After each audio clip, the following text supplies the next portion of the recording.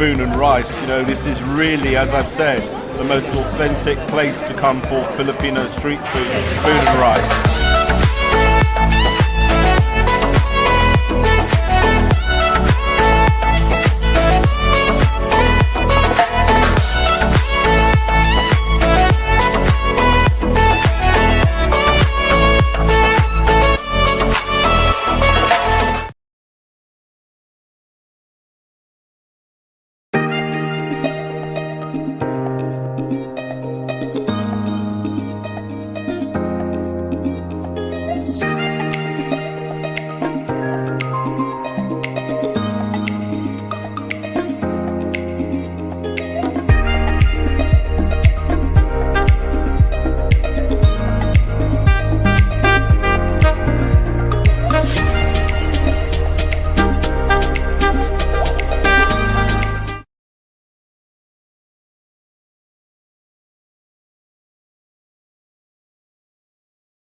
Hello, ano? Ready na ba kayo? Hi, Kuya!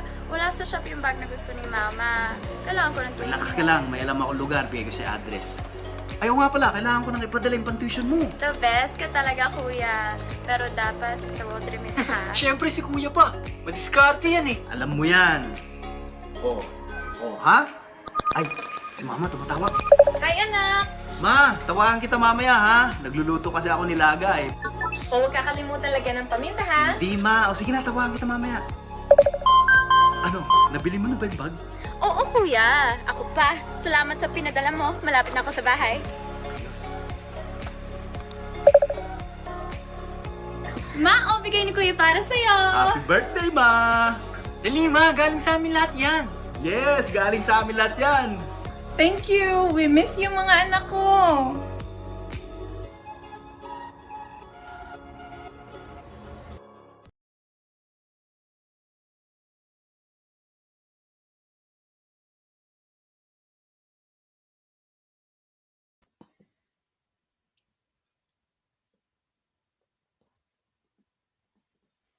Hi guys, welcome to another episode of Pusong Pinoy with Malcolm Conlan.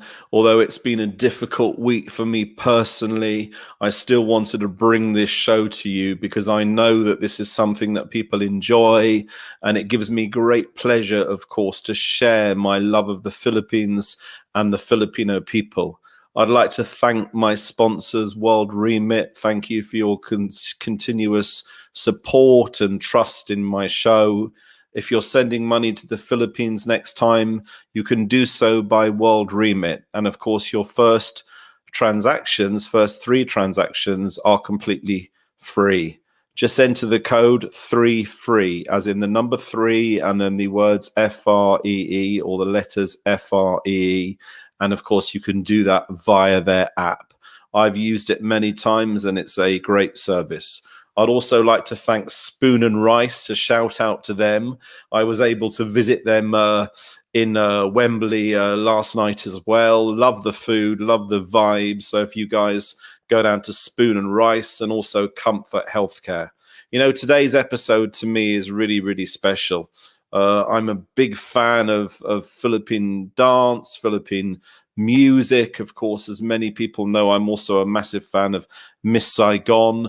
So, of course, I've known my next guest, or at least known of him in the Filipino community for a long time. So without much further ado, dance extraordinaire, Filipino community leader, and a good friend of mine, Mr. Ronnie Del Barrio. Hi, Ronnie. Hi, everyone. Hi, Malcolm. Good Hi. afternoon. It's really good to have you on the show. You know, it's a real pleasure because, you know, I love what you do. I know you really showcase Philippine dance and Philippine culture. But let me just get a bit of a background of whereabouts you came from in the Philippines. Maybe your story. You could share it with our viewers. Basically, I was born in Manila, in Tondo, Manila. So I grew up there. That's where my childhood, most of my childhood experience based there in Tondo, Manila. Very good experience. And of course, then I studied teaching at the Philippine Normal University, and that's where kind of like I got into the more on the dance itself, and became a member of the Philippine Barangay Folk Dance Group, which I'm still am member and helping the group. And of course, that's where I got all the experience that I shared and co-founded the Laing Kaya Manggi Dance Company in London.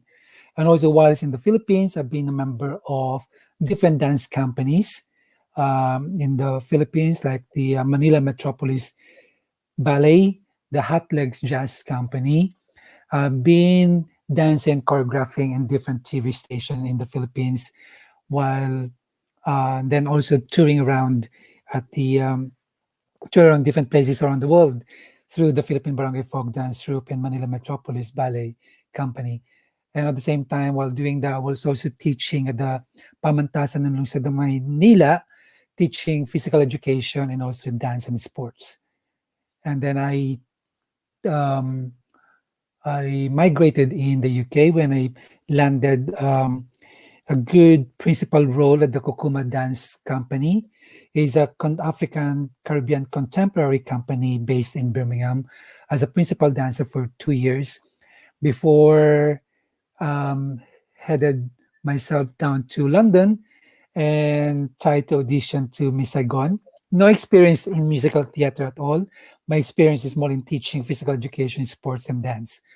Then all of a sudden, I got into this Saigon and been a swing part, which I played all different parts of the Vietnamese role, the Oriental role in Saigon, and played club owner as a club owner. That's my kind of became a role of that as well, and did other musical in the West End, and yeah, so named a few. So, and of course, doing different events, organizing events for fashion shows, concerts for the Filipino community, and also I'm helping and assisting the Philippine Embassy and also the Philippine Department of Tourism in London. Fantastic. Take me back to Miss Saigon. You know, the first time I remember seeing you was on a Miss Saigon souvenir program that I had back in the early 90s, along with, I think, Monique Wilson, so many of them. And then you look so young. And you still got that photo. You still got that photo somewhere. But it's kind of great. You know, I think it's great. What was it like to be on the West End stage and in the company of such amazing people? What was that like? I think for someone like me who hasn't got an experience in the musical theater, I got experience more in performing big production in terms of dance, the ballet, the jazz, being in a TV and everything, you know. But in terms of dancing and singing is not my forte. Imagine me like auditioning for the first time and, you know, on the center stage of the Theatre Royal Drury Lane. It was just so you know, I was just like, I think I'm gonna have like anxiety attack that time. But the thing is, I guess we all met so well. I wasn't in the show, but as you probably may have seen me, I was backstage many, many times waiting for autographs. I think I probably saw the original production about 30 times. But I think that's what inspired me. That's what gave me my love and my passion for the Philippines. Although Miss Saigon is not actually about the Philippines, I think, as you know, there were many Filipino cast in Miss Saigon. And I think that that almost showcased the Philippines for me. And I know a lot of the other artists from Miss Saigon, Monique Wilson, Robert Senna, they've all gone on to go ahead with successful careers after the show. In case of Isai Alvarez and Robert Senna, I think they even kind of got married. And of course, then of course, you've got Janine Salvador, her daughter Janella is doing incredibly well at the moment. Yes, so it's indeed. almost part and parcel. It's an amazing story. And I think it's great, really, that basically Philippine culture has really been pushed, if you like. And since the 1990s with that show and so many other things, I think it's great to see Philippine culture going into the forefront, and particularly through the work you're doing as well. That itself is, you know, it gave us it opened the doors for the Filipino artists around the world. And then when that happened, that was 1989, Actually, we were kind of like so happy because I was touring with the Philippine Barangay. We've been touring a world tour from in European, Northern American tour as well. When they opened, that was September, and we were somewhere in Toronto that time, and we were watching Lemis, and of course, knowing the opening of the Saigon, even we were away from the Philippines and on the other side of the world, while all the Filipinos doing their Saigon for the opening and really nerve-wrack things for them. And then us also like being approached by different, community in Toronto. All the Canadian, oh, we're so proud. We've been hearing all this because they already kind of like you can hear the like the trailer of the musical, the new musical of all time, the Miss Saigon, and of course headed by our dearest Lea Salonga. And they were so happy, and then also congratulating us, even we were in Canada, you know, and we were so proud. We've been traveling via Greyhound bus, traveling from the north, from the east to western side of Canada and the U.S. And us already, we already know the music of the Miss Saigon. We've been singing inside the bus just to kill the time.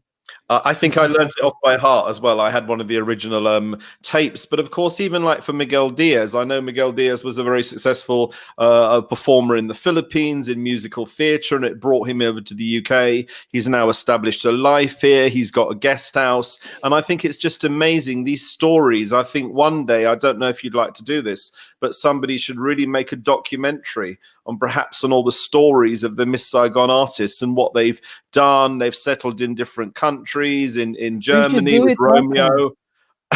You I'd know, love the Miss Saigon in a different cast change from 1989, from the original cast, then 1990, 1991, and then then a new cast, original cast brought into Broadway, and then from Broadway to Germany, Germany to Australia, and now it decided to different places, and the European tour, and then Northern American and Canadian tour and Asian tour.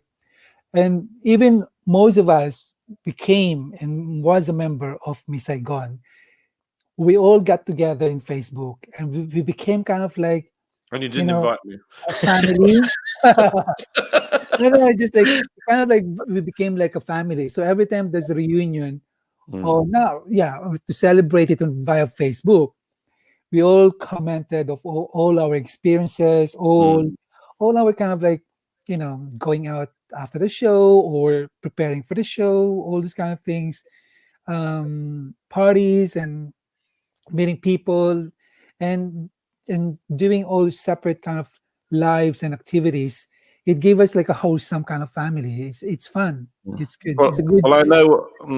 I met Claude Michel Schomburger on the tube, in fact, on the Underground, and I'm like, "Oh my god, I can't believe I've actually met you." And I spoke about my connection with the Philippines, and he said he's very, very grateful to the Filipino cast. They've meant so much to him, and he absolutely loves them. So that's nice to hear from the man himself. God, I mean, Filipinos are. It's like there's a deep well of talents. Mhm. You can just easily scope one kind of thing. You have a handful of talents and more. And there is always a newbies that will come your way that you'll be surprised how good they are. And the Well, good thing is like, it gives some kind of like inspiration and hope when you see all those talented people, the Well, it's the Filipino. kids now, isn't it, who've been inspired. The kids are singing the Miss Saigon soundtrack, and they then Exactly. want to be Leia, they want to be a Miss Saigon, and it's a whole And now generation. they're all like champions from different talent, world Yeah. talent kind of competitions, with all different medias. And now we have a new one for the voice kids, you Mm. know, and it's fantastic. As we know from the days of Eurofil as well, with Monique and Jay and everything else, this then raised that next generation that then went on Yes. to become like Michelle Nathan, obviously going on to the next round of Miss Saigon, if you like, and it was a breeding ground almost for Filipino talent. And I hate to hark on about it so much, but to me, it's very significant. And also the good things, like with all the Filipinos, especially with all the original Filipinos in Saigon, after they've done all their stint in in the UK and in abroad, when they went back to the Philippines, they really shared, their Mm. experience. So they kind of like they became like a mentor to all the young generations in the industry. Well, Robert mm, and Nate are doing that. They're mm. teaching, and then also with Pinky, also with Mm. Monique, teaching here in the UK at the Poor School, and and then sharing all the experience in the Philippines. They all like doing really well. Well, with Monique, particularly with the East 15 acting school that she was the resident teacher at, but of course she Yeah, the then East set up. 15, You yeah, probably yeah, know the story that she set up the New Voice company when she left in '92. She went to the Philippines, and that brought a generation of musicals to the Philippines. And of exactly. course, I flew out to see her. I think I was about 18 or 19. I think you know the story already. I flew to the Philippines to see Monique, and that was kind of Yeah, another reason why my first ever visit to the Philippines and why I became passionate about the people, the bars, the excitement, and I've just fallen in love with the country. And people say I'm kind of, you got like Lahai, is it your dance group, LK, and I'm almost like the kind of brown Pinoy in a white man's skin kind of. well, you just kind of like put Lion Mangi as a brown race. So, so I'm the white. I'm the brown man in a white skin or whatever. But yeah, I'm Filipino at heart. But anyway, moving on a little bit. We're yeah, going to take a break soon. But before we do, I've had this debate with a lot of people earlier on today about K-pop. yeah, Now I'm a big fan of culture, of dance, of music. Now the thing is, I watched a program recently, and they said that Korean pop brings billions and billions of dollars into the Korean community every year, into Korea every year through the taxes they pay, through the tourism, through everything else.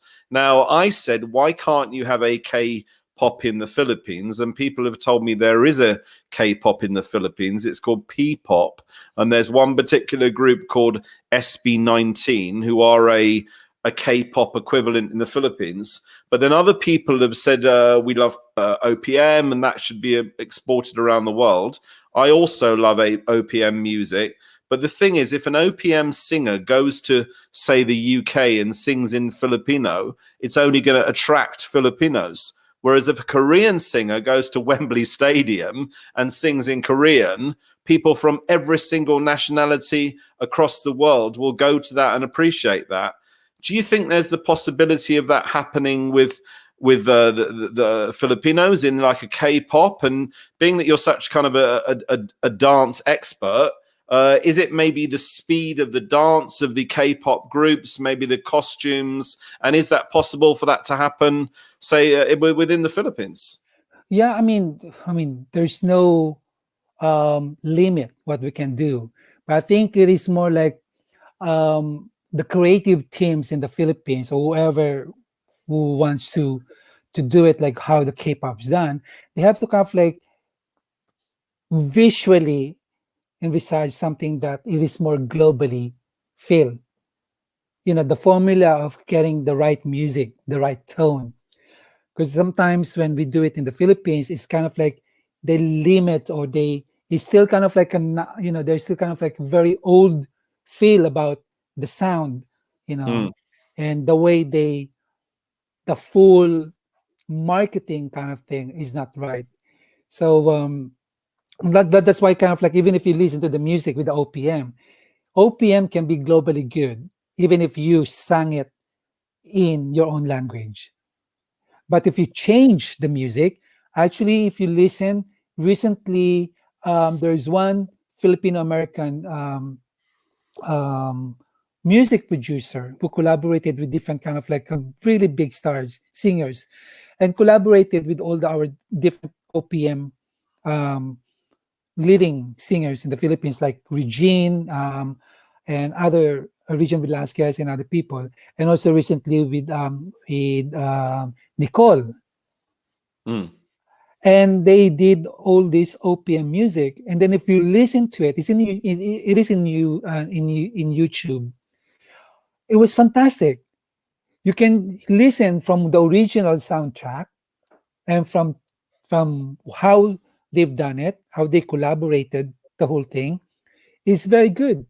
I mean, you can you can ask Robert to kind of probably show one of the Nicole Schwarzenegger kind of song with that OPM thing. Probably I'll try to find on the YouTube, and then I'll send you the link. It was fantastic. That Amazing. probably, I think there are like 8 of them. So that's the kind of thing that is missing. Technically, you need to enhance the music. When you produce it, you really have to create a music that is going to be universally, that will feel, that has that engage of different With the tempo, with the emotions from beats and different everything people, else, from I different guess. beats. Yeah. And also you capture the wholesome, the global, the global interest for them to like it and to feel that. I think it's also about the dynamics. It's about the costume. It's about these kind of K-pop schools. Now they have nursing schools in the Philippines. I wonder whether they should have K-pop schools or P-pop schools in the Philippines as well. I mean, for them anyway, just like it's kind of like a big industry with them, because they managed to get the formula of, they really embrace what is right, and they understand it. And I think that Filipinos, for us, sometimes we hard-headed of like not afraid of change at some point. So we get stuck to that kind of thing, and then we never move on in terms of our music, in terms of our writing, in terms of how you compose the music itself and how you put them all together. Everything is like how you enhance, and develop that so that people will like it. We're talking about the K-pop. I mean, I'm going to talk about K-drama. So what we're going to do is we're going to take a quick break right now, and then when we come back, maybe we can have a little chat about K-drama as well, because that's another subject I'm interested in. Thanks so much, Ronnie. We'll just take a quick break. Thank you.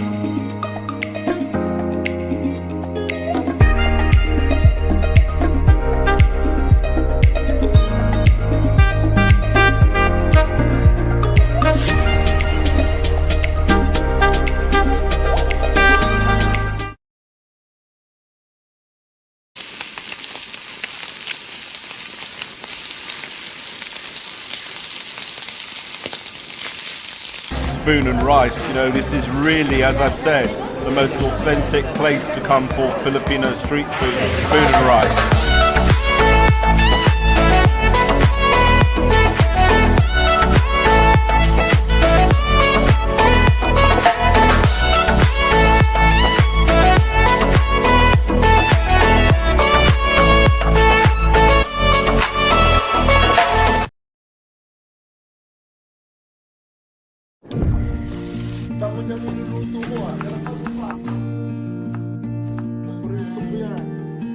Sa World Remit, naiintindihan namin ang iyong paglalakbay. Na minsan, kailangan lumayo upang makamit ang tagumpay. With ways to save more, when you send more, World Remit is here for you, so you can be there for them.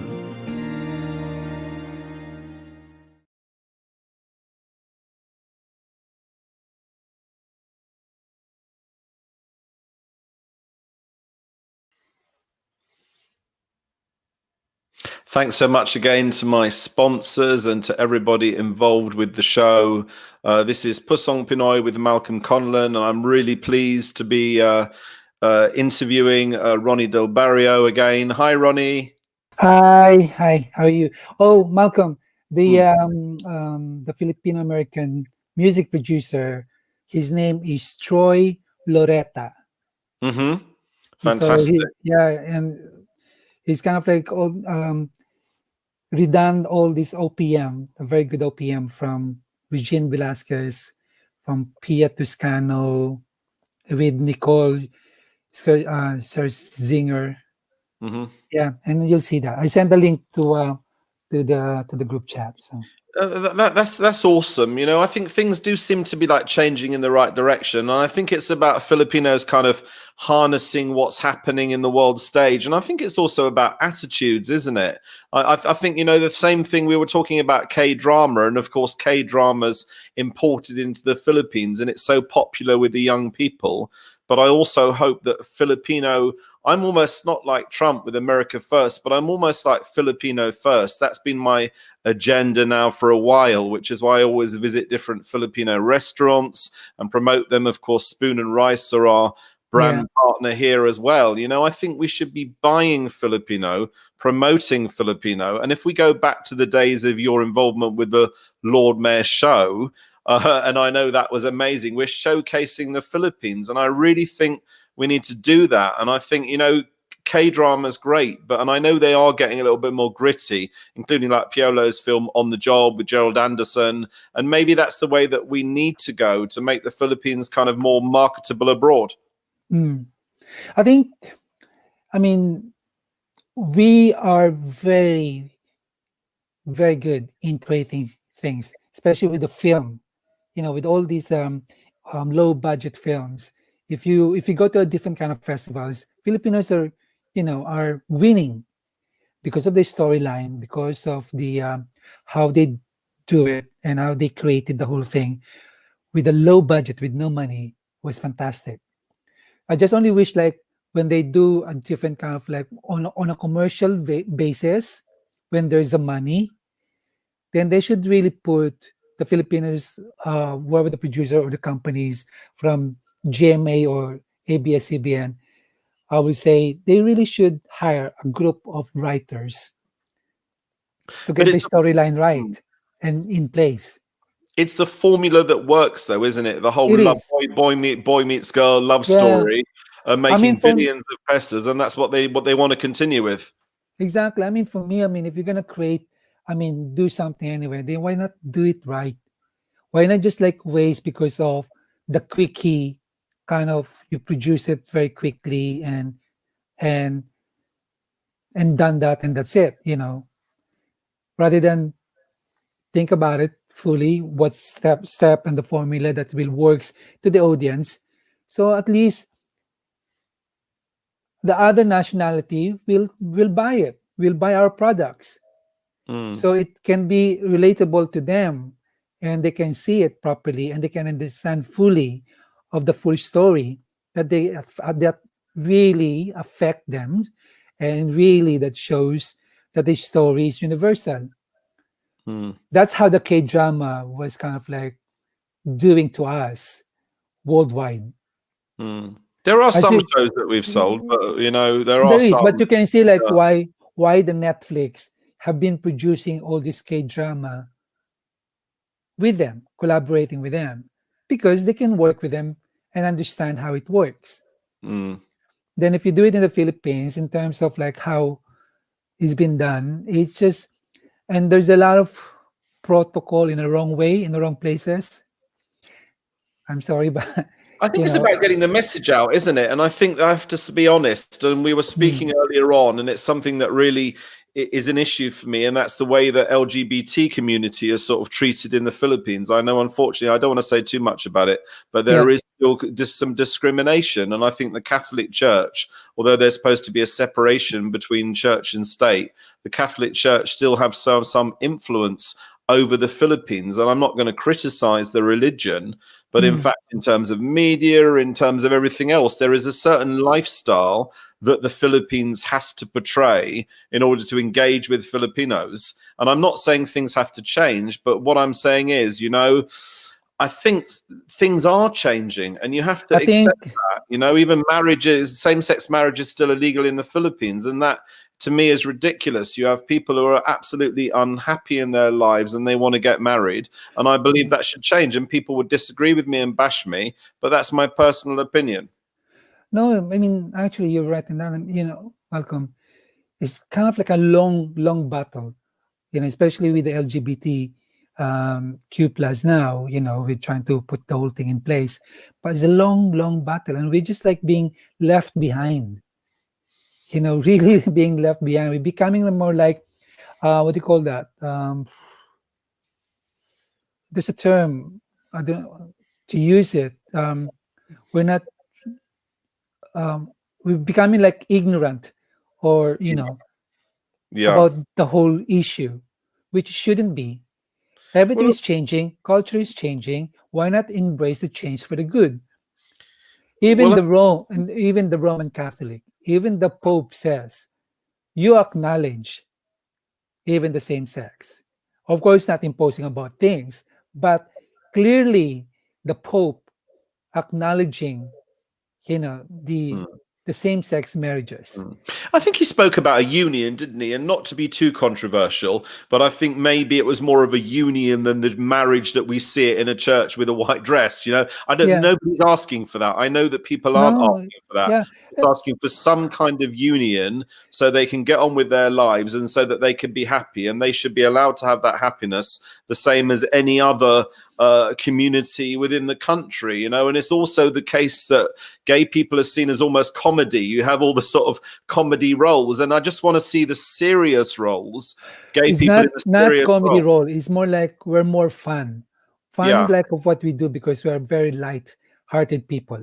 We're kind of like very open for all different things that we experience, and we are see things that people doesn't see. We have Mm, like another senses in our heart, in our mind, how how things run with beauty, with ease. And with the, with the marriages, we're not asking like how the society tell us to do. When we're going to church, one will be wearing this big ball gown, white kind of thing. It's not that. It is more, as you said, is a union. It's tying um, the lives of living and sharing things together for life.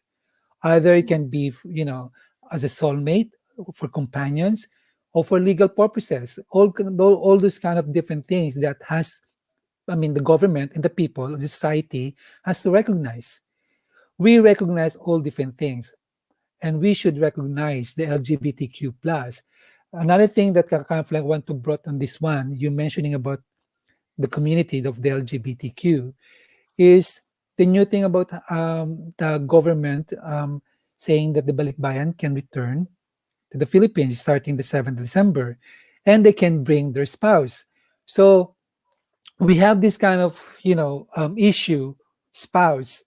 Are we included on that? So we need to be more clear that when I bring my husband to the Philippines in January, perhaps if I go with Henrik, will they allow Henrik to come with me? mm. It's something that needs to be Yeah, looked at. I it think is. I think there's still a lot of confusion for anybody, not just for yourselves, not perhaps.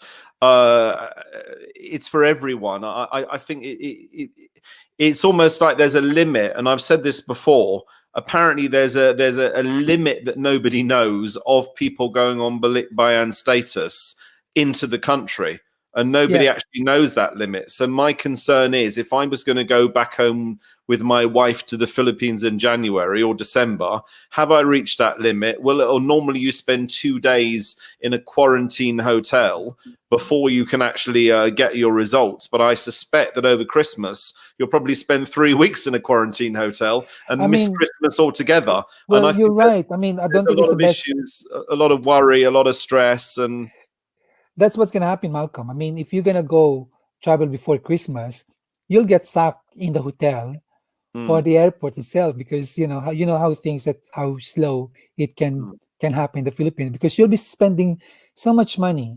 Of course, I want everybody to go back to the Philippines, but you know, don't go because you want to go. Just go and wait and see. It's all mm, the things, that the proper procedures of how it works easily, that you don't get stressed and get this anxiety of like you're spending so much money for 2 weeks, being, saying to as your 2 weeks quarantine in a hotel, which you paid for, plus you paid for the swab kind of testing. You're lucky enough if you get your twice. twice, Mm, and then you're lucky enough if you get your result quickly, so you'll be able to get out in the hotel, and then you can have your quarantine within your family. In fact, there's 3 swab tests. There's one if you're going on a Middle Eastern carrier, you need a swab test for £130 in a private clinic. When you arrive in the Philippines, you need the test at the airport, which is about 4,000 pesos. And before you fly back to the UK, you need another swab test before you get on the Middle Eastern flight again. So that's already £450. Then your hotel is $100 a night. And then there's going to be less transport. So that's not what this show is about. But just to say, I think that needs people, if you leave the UK, you have to go as essential travel. And for those people who want to spend Christmas back home in the Philippines, when they get back to the UK, they also have the 5 days quarantine with another COVID test. You know, it's just a bit of a worry, but again, that's not what this show is about. But it's something that people do want to know about, and something that we need to probably make further inquiries. I think Malcolm, it will be easier for the normal couple and the spouse when they go back to the Philippines. But one of the really main issue that we are now tackling with the Filipino LGBT in Europe, and with all the different representative of the LGBT community in different countries in Europe, like me here in the UK. And then we just only want to kind of like put, into the governments regarding about the meaning of the spouse. Are we kind of like inclusive into that, in terms of the family code? So we just only want to kind of like be part of that.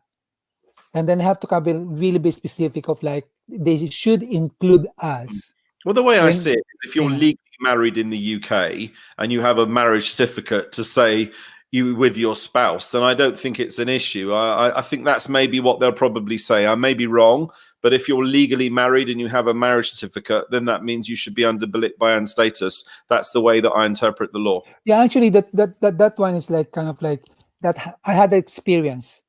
Me and Enric went there like 4 years ago. There's someone told me that try and bring your marriage certificate, and then you just show it to the immigration as soon as you get into the desk, and then show you're married, and then see what happens. That should be fun. Yeah. Okay. So we're going to take some comments right now. I know this has gone. We've gone off track, but I think it's important. We're just going to be flashing some comments up to the screen. Brooklyn, I'm hoping for divorce and same-sex marriage in the Philippines.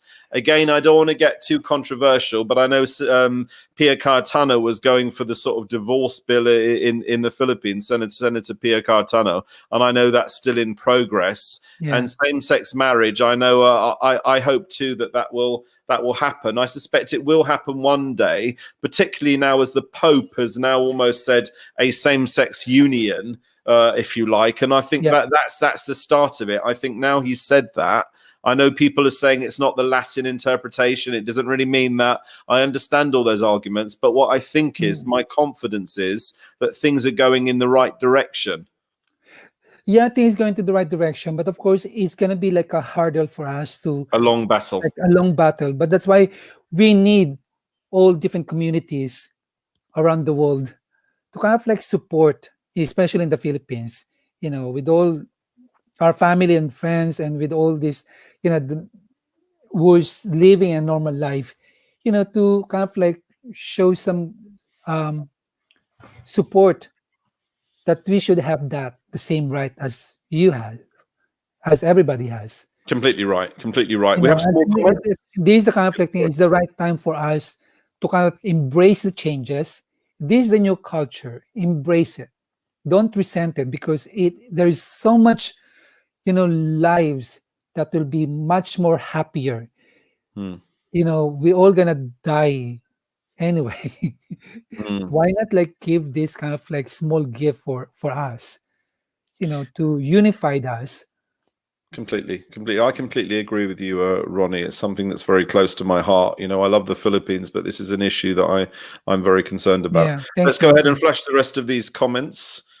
I'm not sure if we have any more. I've seen some more on my Facebook live feed. So what we're going to do right now is we're going to take another break, and when we come back, we'll chat to you a little bit further. Thanks so much. It's really good talking to you. We're having an amazing discussion. This is what I like. It's a chat. It's not Some people are a bit worried, a bit nervous about coming on, but this is almost like a chat show. So let's see you when we come right back. Thanks.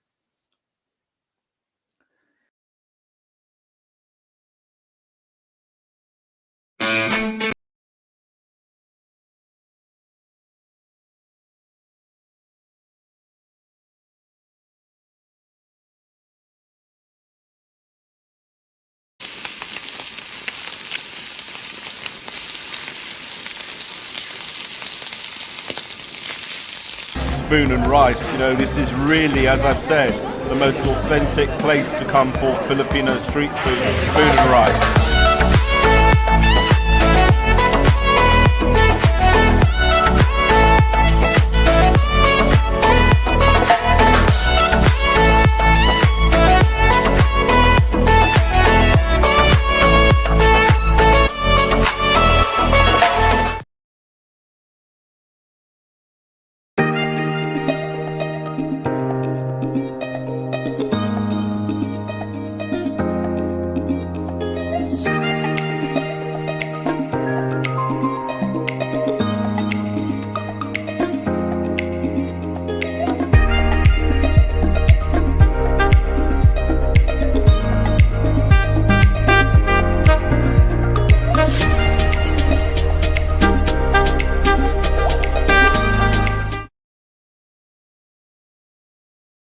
Hello, ano? Ready na ba kayo? Hi, Kuya! Wala sa shop yung bag na gusto ni Mama. Kailangan ko ng tulong. Relax ka lang, may alam akong lugar, bigay ko sa address. Ayaw nga pala, kailangan ko nang ipadala yung pang-tuition mo. The best ka talaga, Kuya. Pero dapat sa world remit, ha? Siyempre si Kuya pa. Madiskarte yan eh. Alam mo yan. Oh, ha? Ay, si Mama tumatawag. Hi, anak! Ma, tawagan kita mamaya ha. Nagluluto kasi ako nilaga eh. O huwag kakalimutan lagyan ng paminta, ha? Di ma, o sige na, tawagan kita mamaya. Ano, nabili mo na ba yung bag? Oo, Kuya. Ako pa. Salamat sa pinadala mo. Malapit na ako sa bahay. Ma, bigay ni Kuya para sa'yo. Happy birthday, ma! Dali ma, galing sa amin lahat yan. Yes, galing sa amin lahat yan. Thank you! We miss you mga anak ko!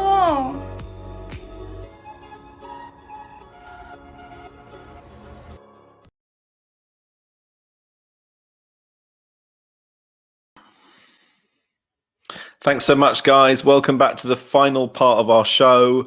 I've just been thinking during the break about my dancing skills. Ronnie, just have a quick question, if that's okay. Please. So what it is I remember back to the Lord Mayor's show, and some people may not remember this, but I know a lot of people do. Very kindly, the embassy and you guys kindly invited me to wave the Philippine flag proudly, and we walked through the streets of London in celebration of the new Lord Mayor, and that was an incredible experience. It really put the Philippines on the map. And I remember going to, I think it was the church, I think in Finchley, and you tried to teach me how to dance. And we started off with this elaborate dance that had so many different moves, if you like, through your expert tuition. And I ended up just waving the flag like that. And that was pretty much it. The thought in my mind is, I think I've got two left feet and I can't dance. Can everybody dance? Can you? Is it possible to actually teach somebody to dance? Because I just don't have the right physique, the right shape. I'd love to dance. Is there? Obviously, you've got many years of training, but what would you say about that? I think it's more like letting go, Malcolm. If I let go, I'd probably fall over. To be honest. No, once I think this is how our brain works, right? Everybody can move. Everybody can really have that kind of beat in their heart, and meaning we have the beat in the heart that our movement goes to that. So we have the right rhythm.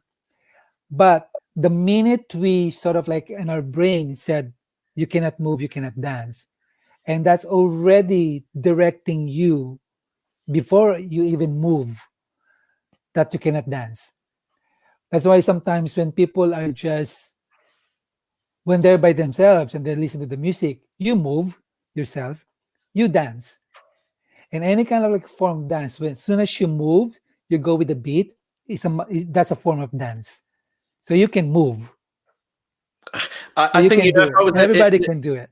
I think if I was in a nightclub, I think this is the point, isn't it? When I've had a few drinks, I can't dance to save my life. But when I'm in a nightclub and I've had a few drinks, I probably loosen up and I probably try and dance in Yeah. my own special way. And I think that you're right about the brain, because, of course, when you're really focused, you think, I look ridiculous, I can't dance. When you've had a few drinks and you've almost, I'm not saying, I'm not condoning drinking on this show at all. What I'm Yeah. saying is it has that effect on the brain and it makes you loosen up a little bit, doesn't It it? is. It's everything is just that's how important the brain. We should really should train our brain how to be confident enough to face everything that we'll encounter socially, you know, personally, in our workplace. We have to be very, what do you call that? Accommodating. Mm. Accommodating in the sense of like flexible enough to kind of like open to things. I think there's also coordination, isn't there? And I think you have to have a Yes. certain sense of coordination. And I was told when I was a kid, I lacked coordination. So maybe that's my excuse. But, you know, I've seen such incredible shows that you guys have put on. I really, really Oh, have. thank And, you. you know, and I know through your show as well, you also support charities back home. And, of course, you also support the Barangay Dance Troupe and everything else through that. How has this pandemic affected you in terms of your fundraising, in terms of LK? I'm sure it's had some effect. I think there's a really big, impact of the pandemic. I mean, not only with the me talking personally as an artist, especially for the voluntary community kind of group like the Lion Kuya Manggi. We're just only relying for the shows and donations and things like that. At the moment, we're suffering because we don't have any shows. And we really have to kind of fundraise to keep our space in Finchley. Because we pay there every Sunday, even if we're not around, even if we're not using it. So, and that alone is very painful to kind of like see that. And of course, all the artists around the world and even the group that I'm with as well in the Philippines, the Philippine Barangay, they need help as well. So I'm just gonna plug, we're gonna have online Facebook show on the 28th of December. So so hopefully I'll be able to put all the marketing publicity thing week after next. So in line to that show. So there's a fundraising for the group because they need help. And also then later on we'll do another one also for the Lion King Manggi. There's a very big but we just have, we need to be positive about it. It's a good thing that the pandemic is not all negative. There's also a positive kind of thing. It brings us closer in a different way. Our families, our friends in a different manner. Completely. And for me, I love all the artists. And this morning I was invited to a show for the Metro Manila Film Festival. Yeah. And I got to speak to Zanjo Marudo, Yeah. like just face to face, and that would never happen in any. Although I've met him in London, and I spoke to Andrew E, and that was awesome. And I think the thing is, like, even for your major artists, they're connecting more with their audience, your film stars, your celebrities. It's bringing hope to people as well, and I think that's something different. Like the royal family have even spoken to people on Zoom, and I think although this Zoom, if you like, this kind of new world which we all face, I think it does bring families closer together. So a family group might meet up on Zoom once a week. And although you're not physically with them, I think that is probably a good thing. Of course, the pandemic is awful, don't get me wrong. Yeah. But I think it's about being creative. I think it's about finding new ways, isn't it? Yeah. The other thing is I'm a big fan of Kumu. I don't know if you've seen it, this Philippine kind of app, if you like. Yeah. And you get people I'm not a member yet, but I was kind of like thinking of doing something. You got it. Ima Castro. Yes, I know. And the thing she's is, she's in there. She's doing an online concert in well, it's Kumu. great. And some other, and Carla Guevara as well. Yeah, doing some concert over there. So you'll see some of the Filipino ex-Saigoners there. They're doing all different shows. Well, some of these people have got a lot of like followers and making about £2,000 or £3,000 a night. They could never have made that if they're getting like 1 million stars a night. And they could never make that if they were actually in a concert, say in a Oh my small God! bar So or I'm something missing like something. that. Then I should do something as well, isn't it? You Malcolm? need to. I think you need to. I think you need to find a way of harnessing that. But it's great because I support it because it means I can. I can't. If I was in the Philippines, I'll be attending a hotel. I'll be going to a bar, watching a live performance. You Yeah. can go to these. You can click on someone's app and you can say, "Sing this song for me," and you send them a few coins or whatever, and they'll sing a song just for you. And it's a way of supporting OFWs. It's a way of supporting talents. And this is what the pandemic's brought. I think it's brought the fact that there is that world out there that we can connect with, that virtual world. And if you're creative, you can still make money. You can still survive if you like. But it's about, I guess, being creative.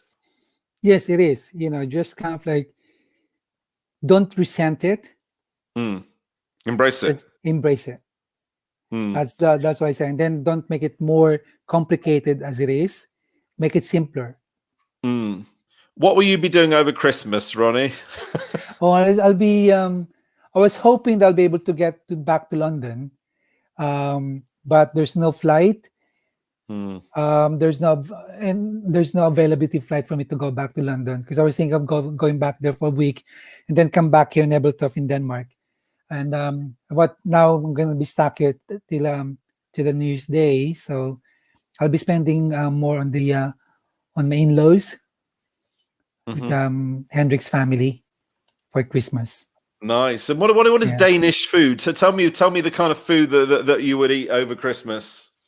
Well, basically, my favorite Danish food during Christmas will be the rice pudding, like the almond rice kind of thing. But it's very, very, very, very Danish. Nice. And of course, it's either they're gonna have pork crackling for Christmas. That's very traditional for them. They have this kind of like skewer, like a soft bread, and then you put a nice blueberry together with the glühwein. Glühwein, lovely. Yeah, which is really nice. And then you have some duck as well. Wow, nice. Awesome. Well, thank you very much, Ronnie. It's been an absolute pleasure to talk to you. I'm sorry we've kind of got off on a tangent a little bit, but I think it's important. This is a chat show, if you like, and I've known you for a long time, and it really is a great pleasure to talk to you. And as you know, wherever I can, I support what you're doing because I think it's fantastic for the community. Oh, thank you, Malcolm. I'm very, very grateful, for so many years you've been very supportive, personally to me and to the group, and also mainly to the community. That's amazing. I wanted you to maybe just speak to our fellow kababayan who are watching, maybe speak in Filipino, maybe any messages, any promotion of what you're doing before we end. Okay. Just only want to wish everybody Merry Christmas and a Happy New Year. This is not the end of the new normal. This is just the beginning of a new life. So we need to embrace it, and we need to go with the flow, and everything all will be well. And also, just only want to say thank you to all our frontliners, that been so brave enough to kind of like put themselves, for helping others, and to all the community who's helping all different organizations who needs help with the other friends and families, and even me, that you're helping me and the group. And thank you, maraming salamat, and I hope you continue to support us and the community, and also support the Filipino LGBTQ plus in Europe, around the world, and Filipino LGBT in the UK. So we need your help. And if you are part of the government or something like that, please make sure that we are included on this spouse for this travel advisory thing. Merry Christmas and a happy New Year to Thank everybody. you so much. You know, thank you. Maraming salamat. It's been an absolute pleasure to talk to you. Best wishes to your partner, husband, and I'm just so pleased that you've taken the time to come onto the show today. Thanks so much. And Thank you, Malcolm, maligayang and good luck Pasko, with the manigong. shows. Thanks so much. Maligayang Pasko, manigong bagong taon. You said it right. Well done. So much. Thank you. Thank Thank you. you very much for joining us. Thank you. Thanks, guys. Thank you for joining us Thank for you. another exciting week of Pusong Pinoy with Malcolm Conlan. We just have a few more shows to go before Christmas. I know next week we'll be having a really interesting show speaking to some community members in other parts of the country. And the following week we'll be having a special guest singer, entertainer. And then, of course, we'll have one more exciting show lined up for you. So thank you very much to my sponsors. Thanks so much to my technical team. Thank you to World Remit, to Spoon and Rice, and of course to Comfort Healthcare. Maraming salamat po. Until next week, mabuhay Pilipinas.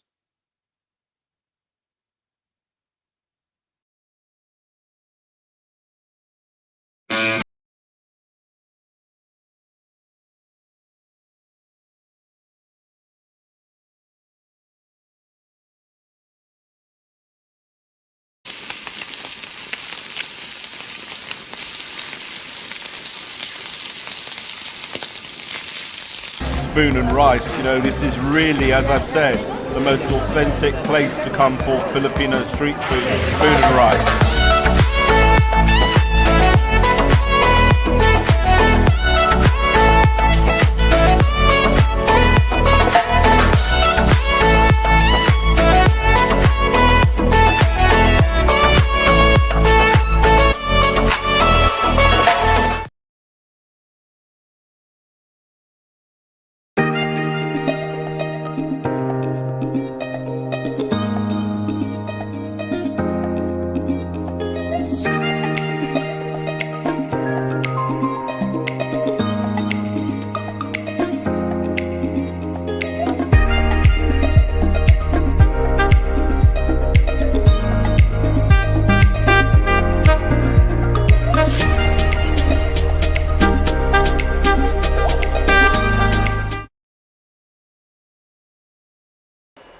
Hello, ready na ba kayo? Hi, Kuya! Wala sa shop yung bag na gusto ni Mama. Kailangan ko ng tulong. Relax ka lang, may alam akong lugar, bigay ko sa address. Ayaw nga pala, kailangan ko nang ipadala yung pantuition mo. The best ka talaga, Kuya. Pero dapat sa World Remit, ha? Siyempre si Kuya pa. Madiskarte yan eh. Alam mo yan. Oh, ha? Ay, si Mama tumatawag. Hi, anak! Ma, tawagan kita mamaya ha. Nagluluto kasi ako nilaga eh. Huwag kakalimutan lagyan ng paminta, ha? Di ma, o sige na, tawagan kita mamaya. Nabili mo na ba yung bag? Oo, Kuya. Ako pa. Salamat sa pinadala mo. Malapit na ako sa bahay. Ma, bigay ni Kuya para sa'yo. Happy birthday, ma! Dali ma, galing sa amin lahat yan. Yes, galing sa amin lahat yan. Thank you! We miss you mga anak ko!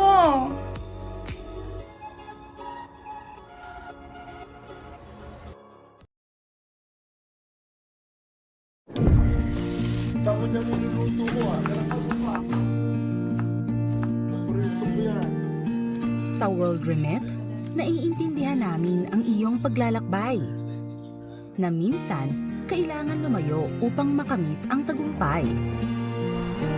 With ways to save more, when you send more, World Remit is here for you, so you can be there for them.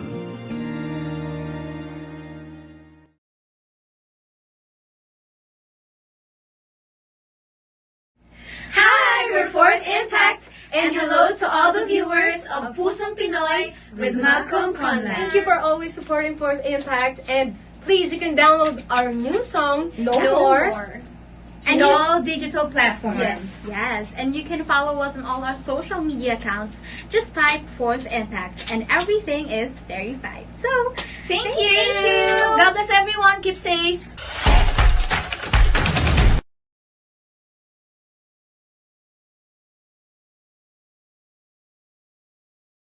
Hi, my name's Jane Walker. I'm the founder and the CEO of the Purple Community Fund. We work with some of the poorest children and families in the Philippines. We run an integrated service plan from education, health, nutrition, social intervention, livelihood workshops, right the way through to business startups. And our goal is really to see as many Filipino families as we possibly can help to have a better and more sustainable and safe life. I have this great pleasure of welcoming you to Pusong Pinoy with Malcolm Conlan. And I've known Malcolm for a very long time, and he has been a massive supporter of the Purple Community Fund. In fact, Malcolm's been a massive supporter of pretty much everything Filipino. His drive, his passion and his energy is just absolutely admirable. He is a voice for the Filipino community in Britain. He supports all up-and-coming bands and charities that are doing work in the Philippines, and I know you are going to really enjoy this show.